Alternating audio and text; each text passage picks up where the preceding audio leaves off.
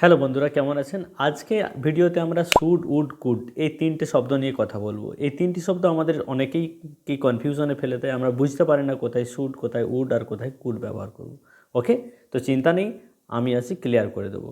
Listen, আচ্ছা আমরা should কখন ব্যবহার করব? শুড আমরা কাউকে সাজেশন বা অ্যাডভাইস দেওয়া, অর্থাৎ কাউকে প্রস্তাব বা উপদেশ দেওয়ার ক্ষেত্রে আমরা শুড ব্যবহার করব। যেমন আমরা বলতে পারি you should try this cake, অর্থাৎ তুমি এই কেকটা খেতে পারো। যেমন they should help the poor, তাদের উচিত গরিবদের সাহায্য করা। ওকে, এবার আসছি কুড আমরা কখন ব্যবহার করব? কুড ব্যবহার করব কারো কোনো এবিলিটি বা সক্ষমতা অর্থে, যেটা অতীতকালে ছিল। ঠিক আছে, যেমন সে 3টে ভাষা বলতে পারতো, she could speak 3 languages. Okay, যেমন আমি সাইকেল চালাতে পারতাম, I could ride the cycle. Okay, এবার আমরা আসছি উড কখন ব্যবহার করব? উড ব্যবহার করব আমরা অতীতকালে যদি ভবিষ্যতের কথা বলে থাকি। বিষয়টা বোঝা গেল না?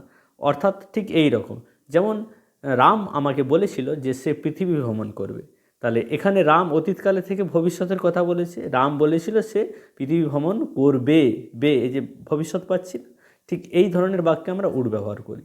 যেমন রাম টোল্ড মি বা said me that he would travel the world. Okay, সেই ক্ষেত্রে আমরা উড ব্যবহার করি। এছাড়া কল্পনা অর্থেও আমরা উড ব্যবহার করি। ওকে, আশা করি বিষয়টা ক্লিয়ার হয়েছে। এবার আপনাদের পালা। আপনারা প্রত্যেকটা উড, কুড, শুড দিয়ে একটা করে বাক্য অবশ্যই কমেন্টে লিখুন।